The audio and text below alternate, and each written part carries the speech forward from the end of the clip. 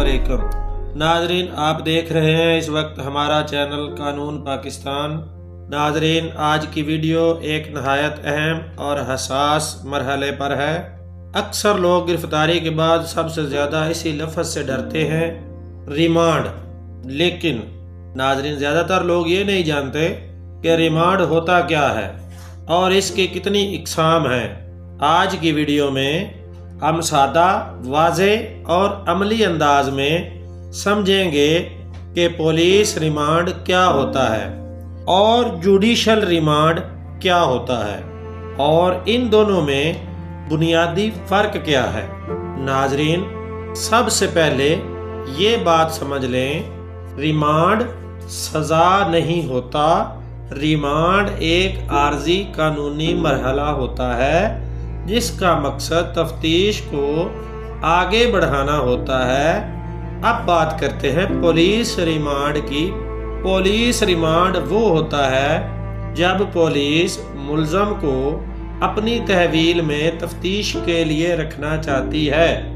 یہ remand police اپنی مرضی سے نہیں لے سکتی، اس کے لیے عدالت کی اجازت لازمی ہوتی ہے۔ ناظرین، پولیس ریمانڈ ہمیشہ مجسٹریٹ کی اجازت سے دیا جاتا ہے اور عدالت یہ دیکھتی ہے کہ کیا واقعی مزید تفتیش ضروری ہے یا نہیں۔ اب بات کرتے ہیں جوڈیشل ریمانڈ کی۔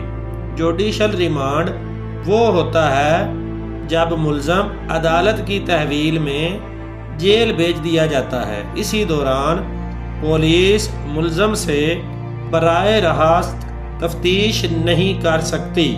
ناظرین، یہاں ایک بہت اہم فرق ہے۔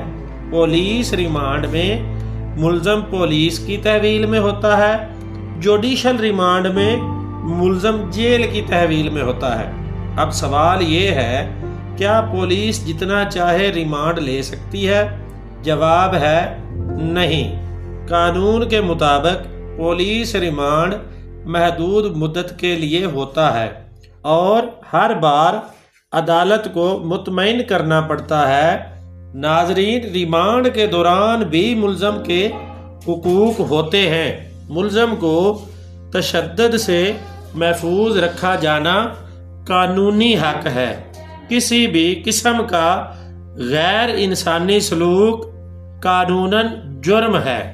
اگر پولیس غلط طریقے سے ریمانڈ حاصل کرے تو وکیل عدالت میں اسے چیلنج کر سکتا ہے۔ اسی لیے ناظرین، ریمانڈ کے مرحلے پر وکیل کی موجودگی انتہائی اہم ہو جاتی ہے۔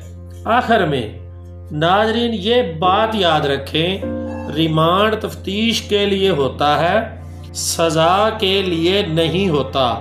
قانون عام شہری کو تحفظ فراہم کرتا ہے بشرطے کہ ہم قانون کو سمجھیں۔